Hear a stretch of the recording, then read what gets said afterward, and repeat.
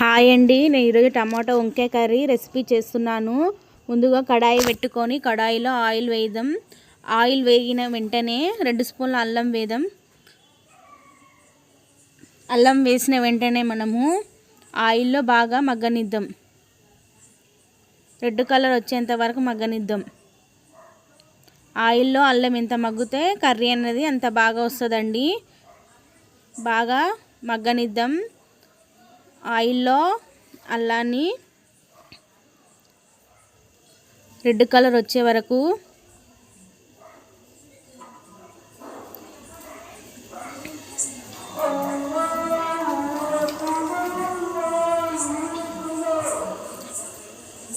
Brown colour వచ్చే వరకు ఆయిల్లో మగ్గనించిన తర్వాత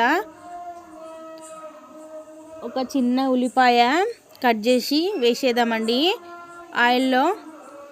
ఆయిల్లో ఉల్లిపాయ కూడా బాగా మగ్గాలి. మగ్గనికే చిటికెడు ఉప్పు వేసి గుప్పెడు కరివేపాకు వేసి మగ్గనిద్దాం. ఆయిల్లో మగ్గిన వెంటనే వంకాయ వేద్దామండి.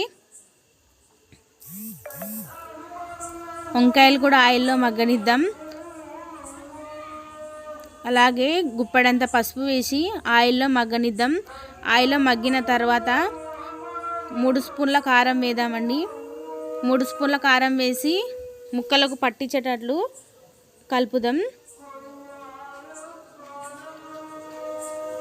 కలిసిన వెంటనే చిన్న గ్లాసు నీళ్ళు తీసుకొని ముక్కలు మునిగేటట్లు నీళ్లు పోసి ఒక 2 టమాటాలు వేసి మూత పెట్టి మగ్గనిద్దాం. 2 నిమిషాలు మగ్గినాక ధనియాల పౌడర్ వేద్దామండి. ధనియా పౌడర్ వేయడం వలన వంకాయ కర్రీలో చాలా బాగుంటుంది. ధనియా పౌడర్ వేసిన వెంబడే కొద్దిగా కొత్తిమీర వేసి 2 నిమిషాలు మగ్గనిద్దాం. ఆయిల్లో మగ్గనిచ్చి వేడి వేడి టమాటో వంకాయ రెసిపీ రెడీ. నచ్చితే లైక్, షేర్, సబ్స్క్రైబ్ చేసుకోండి.